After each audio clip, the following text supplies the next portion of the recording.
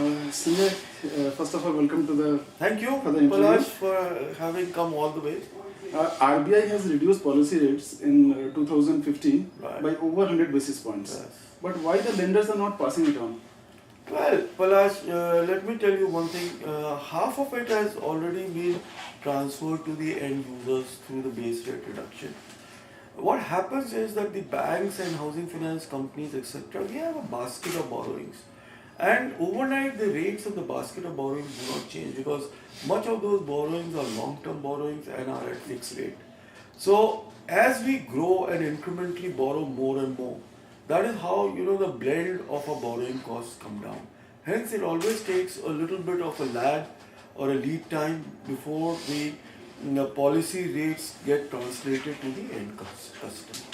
That's my answer. And when that happens, you think that this belly-guarded sector, real estate sector, housing sector will get some boost? I think so. And I think that it is more of a sentiment which is working against the housing sector than any other thing. The best part is that we are seeing a lot of delivery happening. We are seeing prices are stable. They have also corrected in the metropolitan cities. And the best thing that I like for the customer is that there is a wide choice of houses that are available for sale. And it is the opportune time to make a choice and buy a home. What's your outlook on interest rates for 2016? Well, I think they are going to remain stable. I'm very worried about the oil economies. No doubt, we are importers, so we benefit from lowering of the prices. But we should not forget that about 39 countries are dependent on oil export. And it can translate that we might have a CAD sort of a gap because our exports will find it very difficult to get absorbed by these economies. And they are large economies and they are all oil-based economies, 39 odd economies. So I think bottom fishing has happened. At best, there might be a correction of, let's say, 15-20 bips, and that's about it. Okay, not more than that. Not more than that. Do you have any plans for any innovative products or funding options at the project financing levels? You mean the developer funding? Yeah. We keep doing developer funding. We are one of the vibrant players in the market, but the penetration of developer funding to our entire portfolio lingers around 7 to 8%. And yes, if what we do is, and what we specialize in doing is funding projects which are of mass nature. So which are not typically, I would say, luxury or bottom of the pyramid, but they are the mid segment where huge volumes have been seen even in this year. So we will continue to have focus on that sector. And in home loan segment, you plan to come out with any unique product? Well, let me tell you, it's a very matured market. It's a crowded market. We keep doing innovatives, tweaking here and there. What really PNB Housing has made a difference in the market is that we are very good in underwriting self-employed people. And you will be surprised that more than 70% of new housing gets generated by self-employed people. And only about 22% of self-employed people get a formal sector lending. And we specialize. Month on month, about 30% of our home loans is done for SENP category. Right? So I think that's a very big innovation and a very big, I would say, initiative that we have done to broaden the market. Okay. So while other lenders and much respected large players are only concentrating on salaried segment, we are concentrating both on salaried and self-employed. And we monitor our turnaround times, we monitor our efficiencies, and believe you me, we do about 35% home loans month on month for this segment. And this is a strategy for the self. This is a strategy for this company.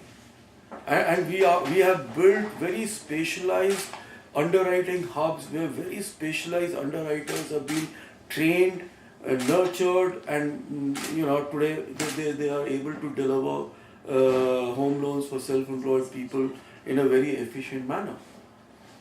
Now, what's your roadmap for 2016 calendar year? Well, I think we expect, we do our planning as per the financial year and not the calendar year. And I think what we are going to plan is too premature, still a quarter left in the current financial year. We do estimate a growth in incremental disbursements by about 30 to 35%. And where do you see your bottom line and top line for FY16? Well, I think we are going to cross a PAT figure of about 310 crores, And which would be about 50% over last year. I don't think anybody among your peers.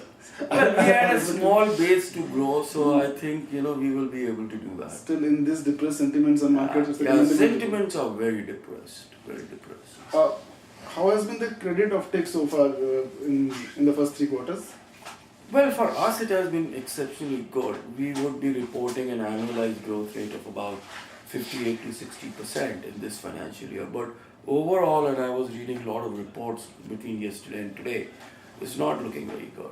I think the large players will hardly report a 15 to 18% annualized growth. What about NPS? NPAs are stable, there's nothing to worry. How do you manage to do that? Well, as I said, there's nothing wrong with the economy.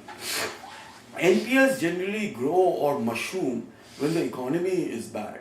So economy is very strong. So NPS, we are not seeing any deterioration in the asset category at all. The real estate sector is going through its worst phase ever. Yeah, the longest downturn, I would say. What according to you are the reasons behind this? One is that I think there's been enough and plenty of negative,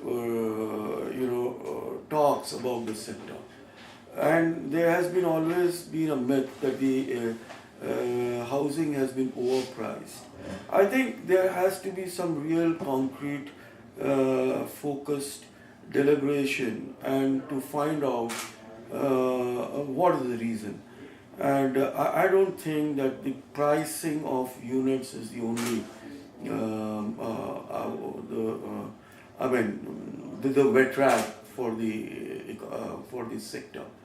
I think more important is the sentiment. People have to start talking positively, and it's high time we start doing that. Too much of negativism has really spoiled the market. Which are the cities where you are witnessing good loan demand? Well, we have the tier. So how it happens is that the 6 large cities of the country give us the bulk 60% of the business. Okay. But the growth rate comes from the secondary cities or the tier 2 cities. So for example, our growth rate in Ahmedabad is fantastic. Nagpur, Raipur, Bhopal, Indore, Trivandrum, Cochin. So that is where the spur Chandigarh we see coming from. And what is the total loan portfolio right now, and how much percentage is home loans and how much is project financing? Well, our total portfolio, I think by December will be crossing something like 25,000 crores. I expect that it might be a shade lower.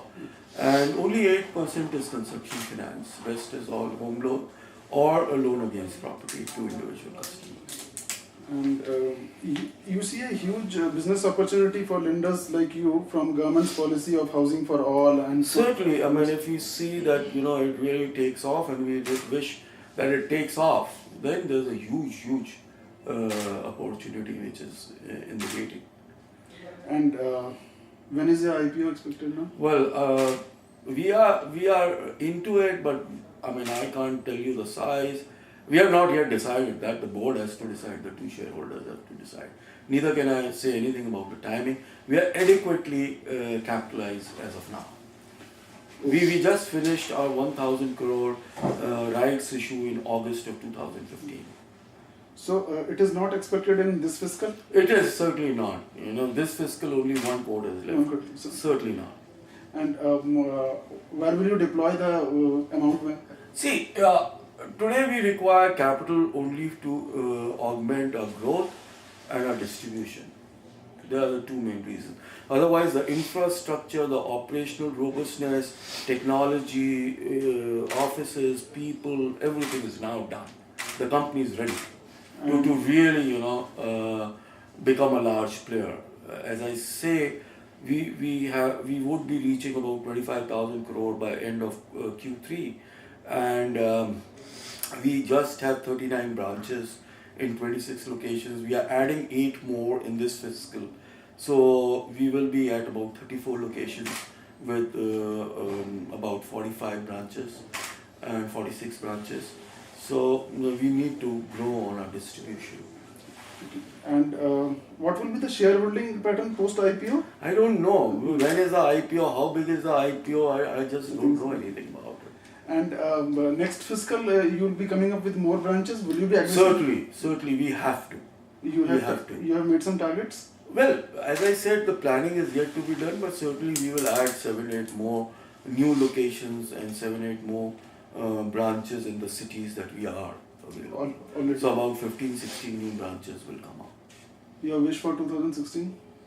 Well, I would just say that everybody should be happy. They should buy their own homes, and country at large should be very confident of the economy, and we should all work together for growth. And by 2020, where do you see PNB Housing Finance? 2020 is far away. If I'm alive, certainly, 2020, another 5 years, about 100,000 crores of loan book. And a deposit base of about 30,000 crores. And where do you see among the HFCs? Well, see, we are the 5th largest already, and the players who are above us are all very resilient and fast-growing companies. So I don't think that as far as position goes, I don't want to say that I want to be number 2, number 3, number 4. But yes, I mean, to maintain our position and to do sensible housing finance for a long period to come without incurring credit losses and NPAs, that is what will bring leadership to this company. Leadership alone doesn't come because of the balance sheet size. It comes from the aroma of maturity of an organization. Thank you, sir. Welcome, sir. Welcome.